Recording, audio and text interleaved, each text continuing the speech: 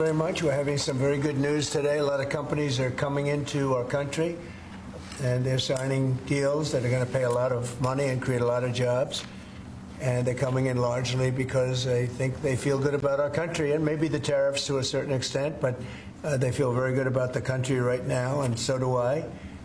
And great things are happening.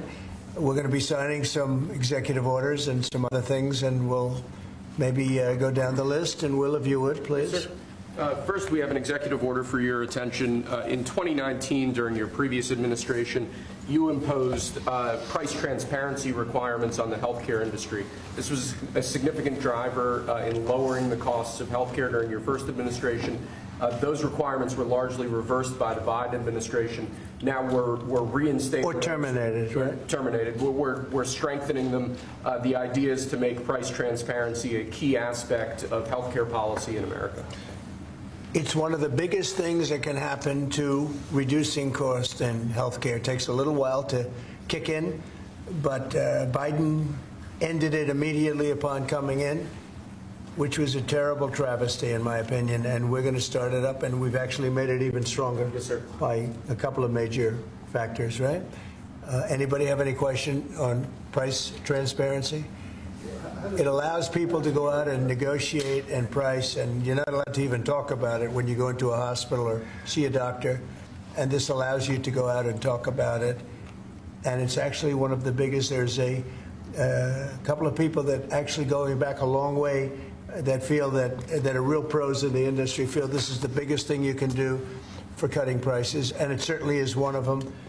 And it's been unpopular in some circles because people make less money, but it's great for the patient. It's great for the people in our country. Okay, it's not so good for pharmaceuticals. It's not so good for the companies that make the drugs. And I guess you could say it probably isn't so great for hospitals, but they say that if you have a great hospital that's really knows what they're doing, it's actually great for a hospital because everybody wants to go there.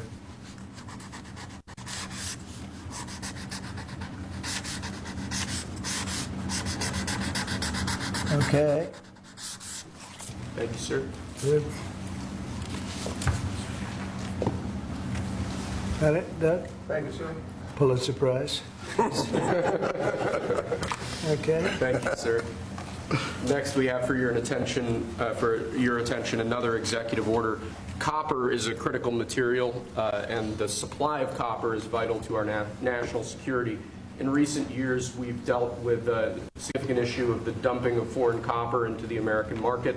That significantly impacted the domestic production and manufacture of copper and copper materials.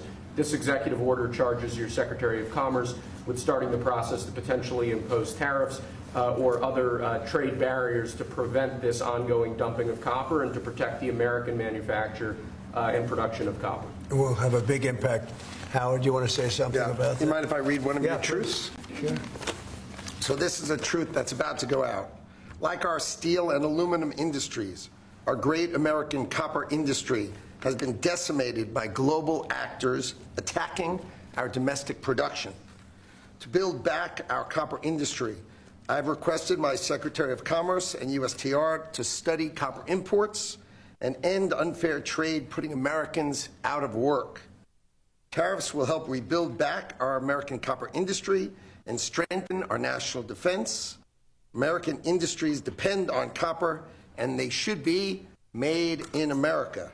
No exemptions, no exceptions. America first creates American jobs and protects our national security. It's time for copper to come home. If it's all right with you, if I can talk a little bit about the digital services tax, would that be all right? Go ahead, do that. So I read another truth. This is sort of so fun to read his words. It can't be any better. So our incredible United States economy and undeniable American spirit has enabled the creation of the greatest technology companies on earth. Our digital economy is bigger than most of the world's countries, and the market cap of even one of our companies exceeds every European country. Instead of empowering their workers and creating opportunities, foreign governments have instead tried to tax, fine, and hinder Americans' technology companies. Both friend and foe have been treating American tech companies harshly, as if our companies are their piggy bank. This will now end. It is my objective to level the playing field and end these attacks. We are putting these countries on notice to end their unfair treatment of American companies, large and small.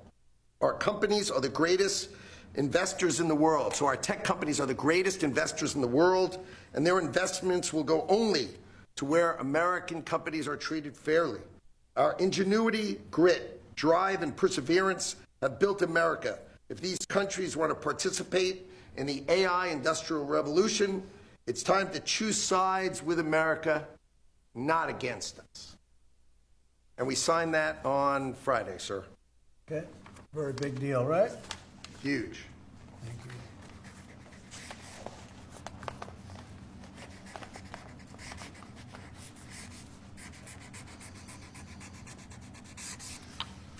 All right, and that's a very big one that Howard just read. But they're both big. They're all big.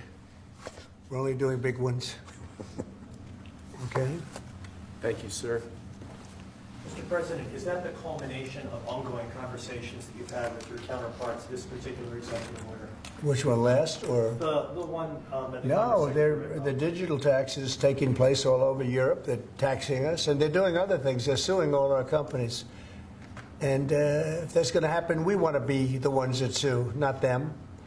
And they use it almost as a form of running European countries, and the EU in particular has been very violent in its lawsuits against our companies, and frankly, very violent and very bad to our airlines. I've gotten calls from the heads of airlines saying they stop in Europe and they're getting charged all sorts of taxes that they never even heard of. They stop and they're getting fined and charged, and they do it only with American companies. They're not doing it to other countries, so we're stopping it.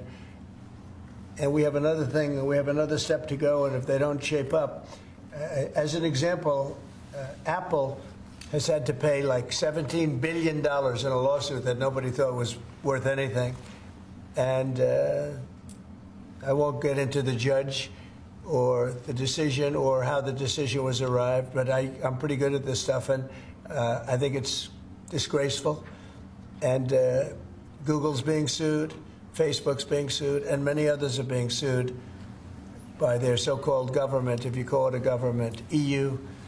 And they don't treat us right. They don't treat us right as a country. So we're going to protect our companies. We have to protect our companies. So we're not going to have any companies left anymore. I also want to thank Apple, though, for announcing they're going to invest $500 billion in our country. That's the biggest investment anybody's probably made to this date. And they're going to do it very quickly, and that's because of tariffs. They don't want to pay the tariffs, and they feel very strongly about the country. Now, they wouldn't have done it without us. Without the Trump administration, they wouldn't have done it. But they feel very strongly about the direction of the country. The polls have shown that, too. The polls are coming out showing direction of the company is of the country is the best they've ever seen, actually. Best they've ever seen. So I just want to thank Tim Cook and Apple for the confidence. $500 billion. That's the biggest investment anyone has made in a short period of time. Mr. President, have you spoken today with the House Republican holdouts who said they would not be supporting the budget resolution? Well, I'm not involved in that. They know what I want, and the Senate knows what I want, too. And the Senate's got a bill that's very strong, having to do with the taxes, because the taxes is what's bringing all these companies in. So, and without it, by the way, you'd have to double your own taxes. Everybody would be doubled up, and you'd have the biggest tax increase ever. So the House has a bill and the Senate has a bill, and I'm looking at them both, and I'll make decisions. But I don't know where they are in the vote. I know the Senate's doing very well, and the House is doing very well, but each one of them has things that I like. So we'll see if we can come together. Mr. President, can you clarify, hopefully once and for all, what your expectations are with this email to federal employees? What are you going to use that information for? And do you see it as voluntary, like OPM has said, or mandatory? Yeah, well, it's somewhat voluntary, but it's also, if you don't answer, I guess you get fired.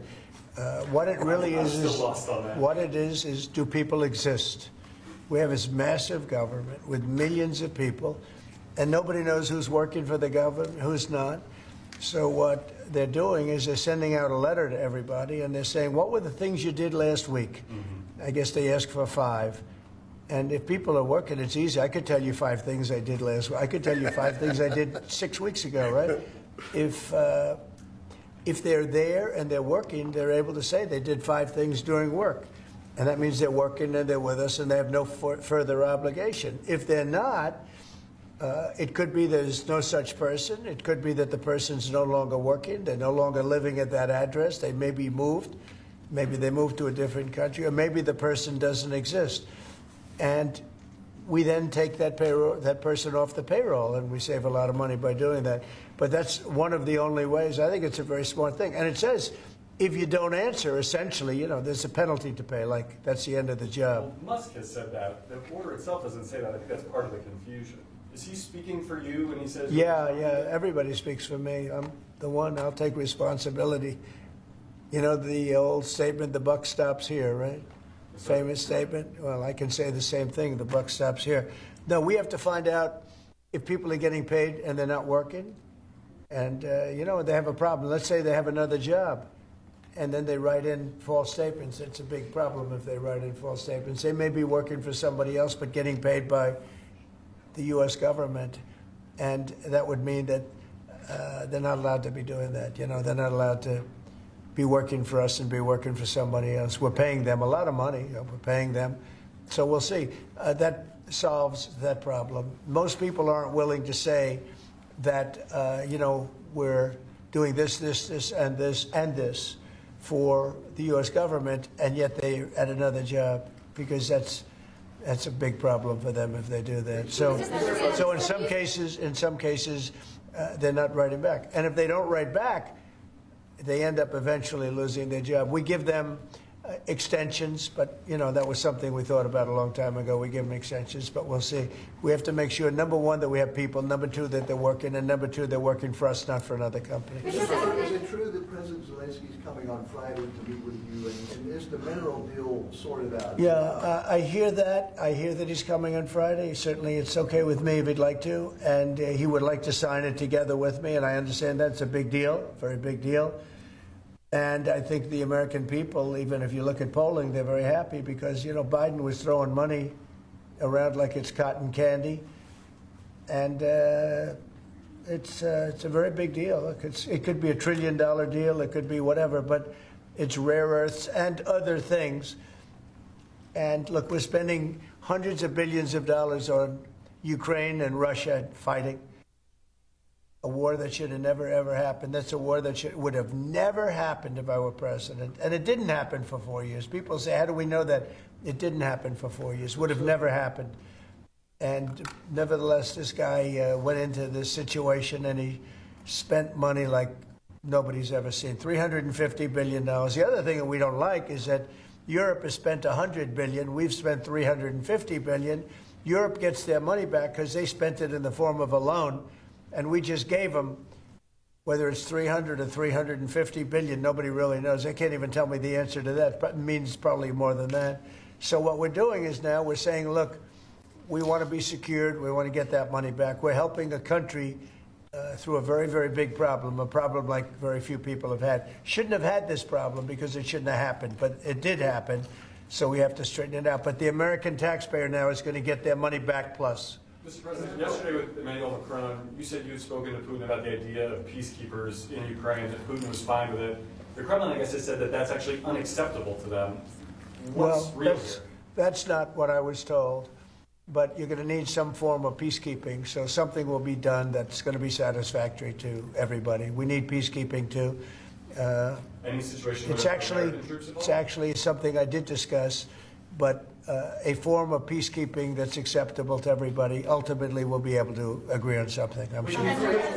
With Ukraine and this mineral deal, what does Ukraine get in return, Mr. President? $350 billion and lots of equipment, and military equipment, and the right to fight on, and originally the right to fight. Look, Ukraine, I will say, they're very brave and they're good soldiers, but without the United States and its money and its military equipment, this war would have been over in a very short period of time. fact, I was the one that gave the javelins. You remember the famous javelins? That was me. That wasn't Obama. It wasn't Biden. It wasn't anybody else. It was me. And they wiped out a lot of tanks with those javelins. And the expression was that Obama gave sheets and I gave the javelins. That was a big deal at the time. It wiped out. That was the beginning when people said, wow, that's something. Well, that was American equipment. Without American equipment, this war would have been over very quickly. And American money, too. I mean, a lot of money.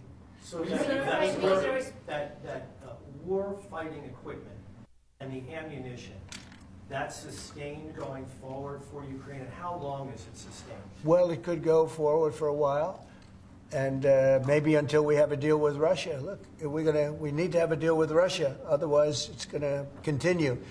But now when Americans put up their money, the taxpayer money, and the president approves it, we're getting our money back in some form. But it could go on for a while, or it could be settled quickly. I think it's going to be settled quickly. I spoke with President Putin. I think he wants to settle it and wants to get on with life. It's horrible. What's happening horrible. Thousands of soldiers a week are being killed, and others too, but especially on the battlefield. Thousands a week are being killed, and we want that to end. Yeah, Brian? Yes. Okay. Real quickly, Carolyn Levitt, your press secretary, sent an earthquake through that briefing room earlier today announcing that the WHCA would not have any control over placing media in the seats of the briefing room. Just want to get your thoughts on that. And also on Air Force One. It's trending on X. People are talking about it. Get your thoughts. Well, we're going to be now calling those shots. As you know, we won that lawsuit right there. See the Gulf of America, which is a beautiful name. Most people agree. I don't know. It's, you know, AP has been terrible. Look, I think they're radical left. I think they're third-rate reporters. I know the specific young lady that works on the account is terrible. She's a radical left lunatic, as far as I'm concerned. They don't treat us fairly. That's number one. And number two, they had no right to do that. This is the Gulf of America. And if you look at that shoreline, look at that shoreline. Look, from Florida, well, most of it is, it's called America. And vast majority, like big numbers. So I'm just admiring it as I look at it. I'm getting teary-eyed, but I don't want you to say Trump broke down and started crying. No, how beautiful is that? Look at the shoreline. Look at that. Well, That's America. Can I shift our attention to Canada real quick? Yes, please. Last week, I spent some time with two government officials from Canada. Yeah. I was asking them how realistic is it that Canada would be the 51st state. Yeah. And they told me there is a path. Alberta is first, and if they sign on, Saskatchewan would follow, and then you go west to British Columbia.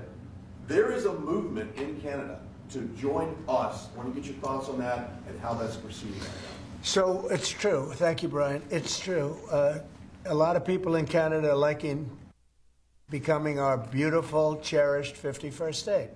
They'll have to pay much lower taxes. They'll have the ultimate security. You know, they don't pay very much for security right now because they rely on us, which is really unfair to us. They make cars that we could make, and they send them back into the United States. They make a lot of things, including the sending of oil and everything. We don't need their oil. We don't need their lumber. In fact, we're going to be freeing up, and I've asked Howard Lutnick to get that done with Lee and everybody, Lee Zeldin, environmental.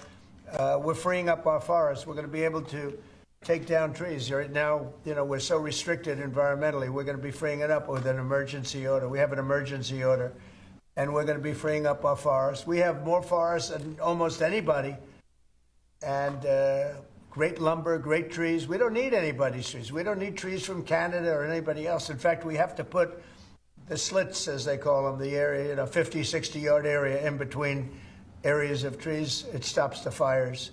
And frankly, California should have been doing that for years. It's almost getting late. They're going to run out of forests the way they're going.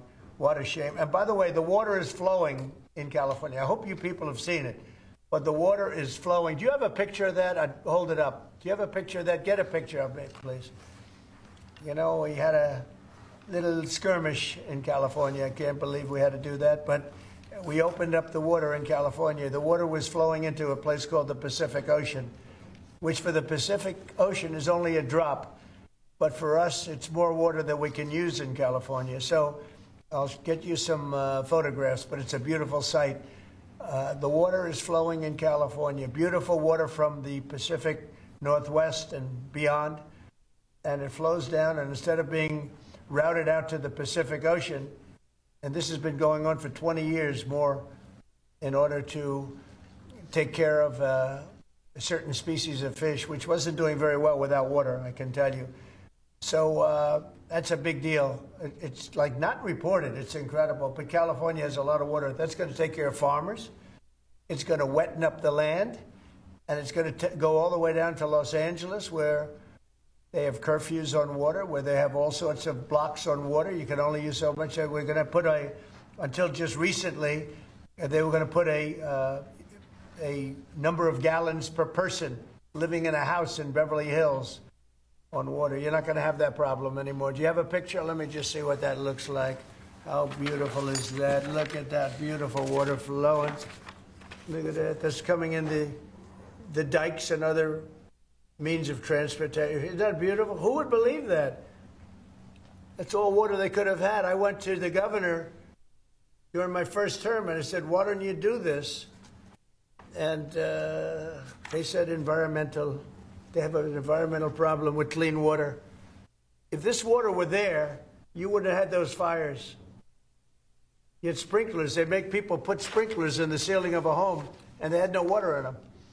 With this, they would have had a lot of water in them. They would have all been full. They would have had you would have had a whole different deal down there. You probably wouldn't have had a fire, but if it was, it would have been small, would have been put out. You had the fire hydrants not working in California. So it's a beautiful site. These are canals that were built. These were all built. And you saw them for years. They were empty, concrete. They call them the V-shapes or the half pipes. And they're shaped different forms, but they're shaped, and they rush down through the farm areas where the farmers can take it and down to Los Angeles. And they were sitting empty for years. And now look at that way it looked. It wasn't easy. We had to be very unfriendly to get into those areas. We opened it up. Mr. President. I essentially attacked California. Can you believe it? I attacked California. Let's go. At the outset of your administration, sir, you committed to ending the weaponization of government, to holding those accountable who participated in the weaponization of government. Hold it. This is a good one. Is everybody listening? Deranged Jack Smith. We're going to call it the Deranged Jack Smith signing or bill. Go ahead. One law firm that provided pro bono legal services to the special counsel's office under Jack Smith's leadership was Covington and Burling. As a result of those actions, we're now going to be suspending and putting under review the security clearances for the attorneys and employees at that firm who worked with Jack Smith's team. And we're going to continue holding the people who were responsible for the weaponization of government and who supported it accountable for what they did. And you'll be doing this with other firms as time goes by, right? We're looking at sort of the whole panoply of options. The weaponization of our system by law firms, even pro bono work they're doing just in order to clog up government, stop government. And nobody knows about it more than me. And hopefully that'll never happen again. So that Covington and Burlington? Covington and Burlington. Mr. President, may I ask you a question about Europe? So long term, do you plan to maintain the number of U.S. troops? Wait, I just want to savor this one, please. Who would like this pen? Hey, why don't you send it to Jack Smith? A deranged person. Mr. President, what do you say to people who worry that targeting an individual firm or individuals who aren't Jack Smith? Excuse me, I've been targeted for 4 years, longer than that. So you don't tell me about targeting. I was the target of corrupt politicians for 4 years, and then 4 years after that. So don't talk to me about targeting. Yeah, go ahead. Mr. President, there are approximately 2 million federal employees right now. By the end of your term, what do you expect that number to be? What would you like that number to be? Well, it'll be lower, but I can't tell you. Everybody knows I ran on downsizing government, but making government better. I ran on tariffs and making our country rich, and that's what's going to do. we're going to be doing something else that's going to be very, very good. We're going to be selling a gold card. You have a green card. This is a gold card. We're going to be putting a price on that card of about $5 million, and that's going to give you green card privileges plus. It's going to be a route to citizenship, and wealthy people will be coming into our country by buying this card. They'll be wealthy, and they'll be successful, and they'll be spending a lot of money and paying a lot of taxes and employing a lot of people. And we think it's going to be extremely successful.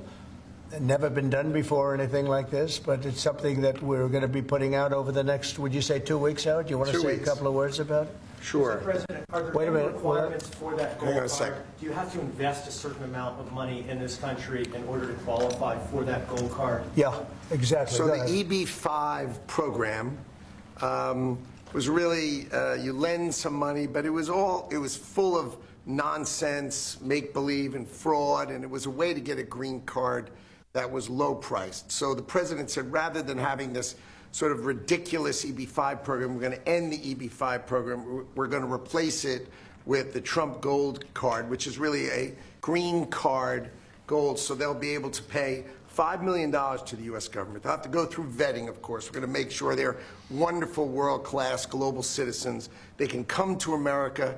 The president can give them a green card, and they can invest in America, and we can use that money to reduce our deficit. Why do we give out lotteries of green cards? Why do we give out EB-5 for green cards? The President of the United States understands that the right answer is, why don't we eliminate the deficit of the United States of America instead? The gold card, well, millions, but the gold card will bring in with it people that create jobs, very high-level people.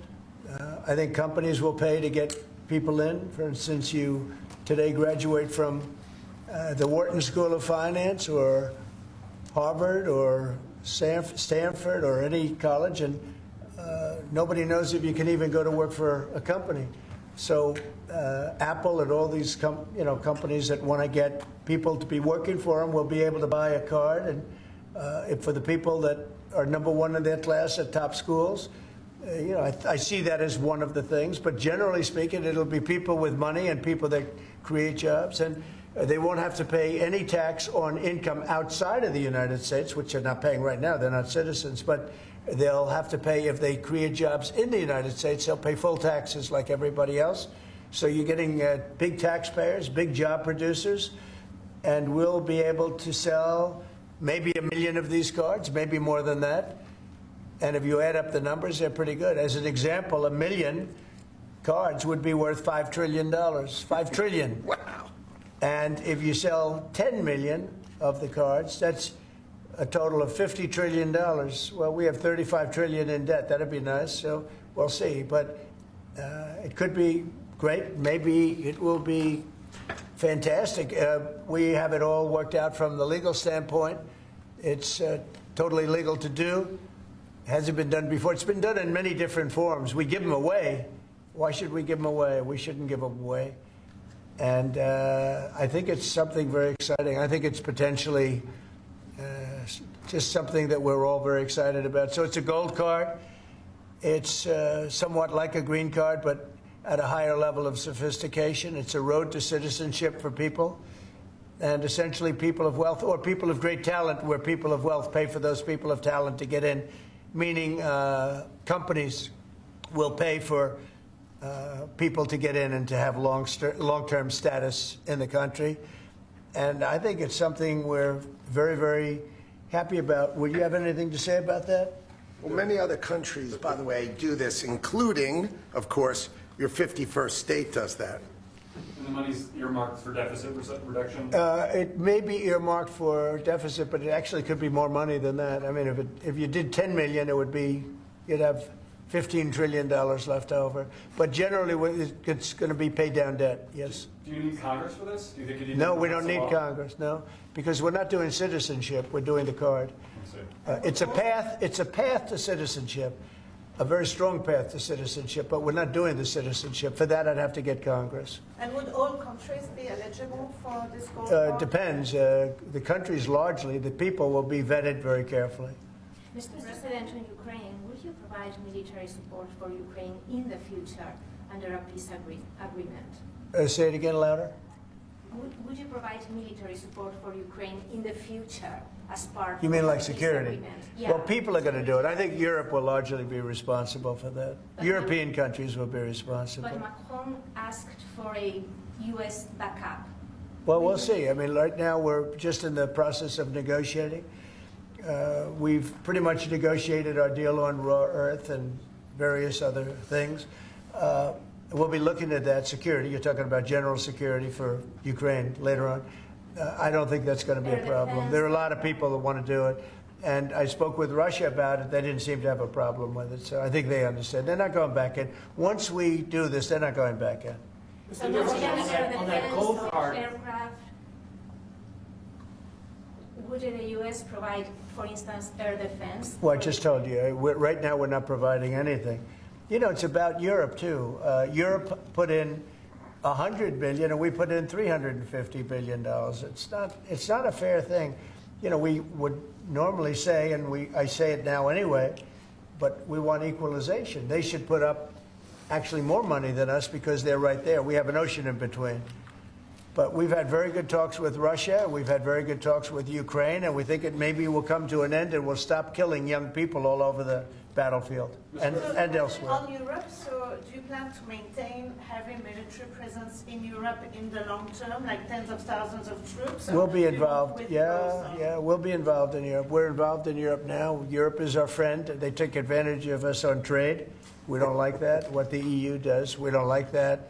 But we'll solve that the old-fashioned way. We'll give them the same reciprocal numbers. You know, we're talking about a reciprocal tax. You know that. And if they charge us, we charge them. Right now, they charge us much, much more than we charge them. And they have non-monetary taxes also and tariffs. And we're going to change that. It's all changing. It's all changing. We're not going to be the people that we were. We had people in this office sitting right at this desk or another model of this desk. Because, as you know, the other desk is right now being refurbished. Is Steve Witkoff delaying his trip to the Middle East? No, not that I know of. No, Steve. And the Middle East has been great. Saudi Arabia has treated us really well. They really have. And I think Qatar has treated us very well, too. They want to get that whole mess ended in the Middle East. You know, we don't even talk about that anymore. You guys haven't asked one question about the Middle East, but the Middle East seems to be doing relatively well. May I ask about the Middle East, sir, about the Middle East? For months, even before you were elected in November, you've spoken about your desire to free all of those hostages that have been held by Hamas since October the 7th, a year and a half ago. And just a few weeks ago, you gave an ultimatum. You said if they're not all released by noon on February the 15th, there would be hell to pay. Is Hamas thumbing their nose at you, Mr. President? No, I think the opposite. So, as you know, they weren't going to release any more hostages. And I said there's going to be hell to pay. And then they agreed that they were going to release the hostages that they had agreed to release, plus an extra one. And so that you could say that was a big difference. But I said it from that point, it's up to Bibi Netanyahu and Israel. I may have taken a different stance. But they did release, they went back to releasing the hostages.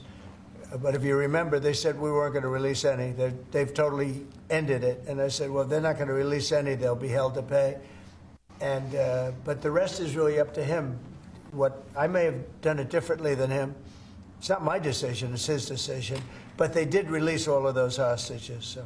Mr. President, when you spoke to Vladimir Putin, did he raise or did you discuss at all the possibility of a minerals deal on the Ukrainian land that Russia now controls? I didn't discuss it, no. I'd like to buy minerals on Russian land, too, if we can.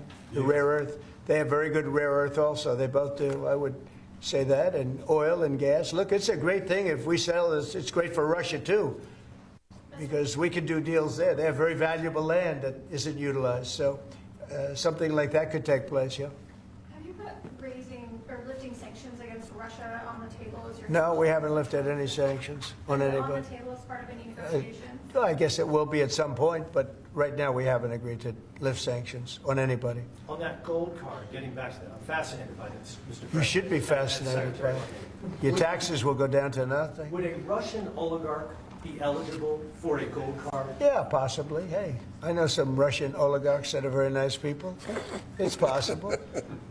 They're not quite as wealthy as they used to be. They're not as wealthy as they used to be. I think they can afford. I think they can afford $5 million. So they have No, a lot of people are going to want they would be eligible. to. A lot of people are going to want to be in this country, and they'll be able to work and provide jobs and build companies and pay taxes. All of those things. It's an incredible.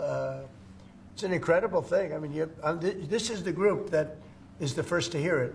Nobody's heard about it. Nobody ever thought about it, but we've been thinking about it very, very strongly over the last week. And I was going to announce it sometime next week, and I figured, why not? We have a lot of cameras blazing right now. We might as well do it now. We'll have Caroline announce it the next time. No, it's a great thing. The gold card. Remember the words, the gold card.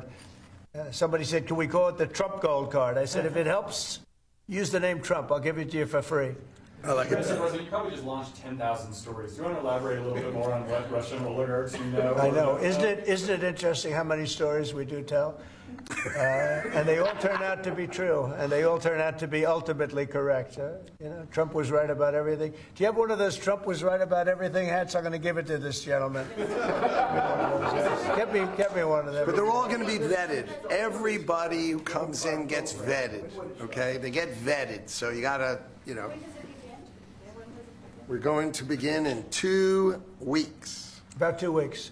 The sale will start in about 2 weeks. Mr. President, do you see a more active role for Zelensky now, given the status? I hope so. I mean, look, I think that we want to get that country back on its feet. And right now, it's been destroyed. And so, here, give me this here.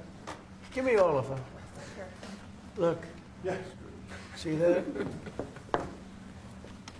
Trump was right about everything. It just came in. Somebody sent, I said, this was sent in by a fan.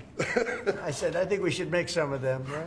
But we were, pretty much. You want one? I'll pass. Are you allowed to take one? Because not. he'll consider it. I know him well. He's sort of a stiff. Yeah, Brian, you're not a stiff. He's sort of a stiff guy. You know? He'll take other things, but not a free hat. Always say yes to the president. Always say yes to the Would president. anybody like one? Mr. President, an easy question perhaps for you. Maybe it's difficult. I'm going to ask you this question about the Who do you work for? I work for 2 news organizations. Who? I work for 2 news organizations. Yeah, who are they? I work for Gray Television, America's second largest broadcaster, and I work for iHeartRadio. So there you go. But let me ask you the easier, tough question, Mr. President. The Philadelphia Eagles won the Super Bowl. Are they being extended an invitation? They will be. We haven't yet, but we will be. I thought it was a great performance by them, and absolutely they'll be extended that invitation. Would you do that right away, by the way? We'll do it right away. We're going to do it sometime today. And they deserve to be down here, and we hope to see them. We have a lot of teams. We just had the great hockey team, as you know, Florida come here. We have many of the great athletes come that win things. What's the main obstacle holding up this PGA Tour Live Golf? Well, they have to get together. You know, they've had a lot of discussion back and forth. They both are meaning well, and a deal will ultimately happen. I think it'll happen pretty quickly. It'll be nice to see the golfers, the best golfers, be able to play against each other. What's your role been in this whole process? Just to help expedite it. Tiger was here. Adam Scott was here. Jay Monahan was here the other day.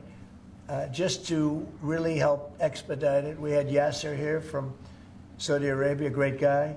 These are all great people, and they want to work it out. So if I can help them work it out, I don't get anything out of it. If I can help them work it out. I just think golf, it's very much of an individual sport, and you want to see the best players playing against each other, not playing in 2 different locations, right? What's going to be more challenging, a PGA Live deal or Russia-Ukraine deal? I think the PGA deal is much more complicated. Sir, may I ask you the Middle East question, if I may? What's your take on what's happening in the West Bank and what Israel? Well, it's a movement up there that a lot of people are concerned about. And there's been a lot of Israeli movement. They're up there for a reason. All of a sudden, maybe they're not feeling so good about that. So that would be terrible. I hope that doesn't happen. But there is movement up there that nobody knew about. right? You know that, right? Yeah, and when you say, are you concerned about it as well? I'm concerned about everything. I want the world to be peaceful. You know, when I left here, we had no war. We had defeated ISIS in less than 4 weeks. In fact, I took the general that defeated ISIS and I put him in charge of the whole ball game, because that's what we want. We want winners. Raisin Cane, you know, Raisin. And when I heard that name, I said, I like that name. That's the kind of general I like. So we'll see. But he was great. He's a great soldier. Not a politician, a soldier, a real soldier. You know that, Brian. This guy was the real. This guy's the story a million times. Yeah, this guy's the real deal. He is. And I think he's going to do a great job. But think of it. We had no wars. We had no problems. We had no inflation. We had no problems. And then all of a sudden you have October 7th in Israel, which was horrible. And then you see what happened with Ukraine. Russia would have never gone in if the election weren't rigged. It was a rigged election. The 2020 election was rigged, and we got out of it. And you see what happened. You see what happened to our country. Inflation, Afghanistan, that horrible withdrawal from Afghanistan. I think when Russia saw what happened in Afghanistan, they said, wow, it's a paper tiger. We're not a paper tiger. We are the strongest military force in the world. And by the way, Pete Hegseth is doing a great job. But we didn't have wars. We didn't have inflation. We had a strong border. We had everything going good. And then Biden got in, and he's, my opinion, the worst president in the history of our country. I think Jimmy Carter was a very happy man when he passed away 2 weeks ago. What are you expecting at the cabinet meeting tomorrow? It's going to be a cabinet meeting, and I'll preside. Unlike Biden, I'll preside over my own cabinet meeting. Mr. President, how would you compare your cabinet in your second term to your cabinet that you had in your first term? Well, I had some great people my second term. I think this is deeper. I think it's better because it's deeper. I had some people that I didn't really like too much in my cabinet, but I didn't know Washington then. I was a New York person. I knew New York intimately, but I had to rely on people. I had great people. Look, we got the biggest tax cuts in history. I rebuilt the military. I mean, we did so much. We did unbelievable. Even right to try. Somebody was saying today they were saved by right to try. We did right to try medically. We did transparency medically. That was a big thing, but Biden canceled that one. He didn't cancel right to try, which is interesting. He didn't cancel Space Force. He was going to cancel Space Force. Space Force is turning out to be invaluable. Amazing. We created Space Force. But think of it. We rebuilt our entire military, and now we're going to have to patch it up a little bit again because of what's happened. No, this was a grossly incompetent administration. The only thing they were good at was cheating in elections and the weaponization of government. Thank you very much, everybody. Thank you.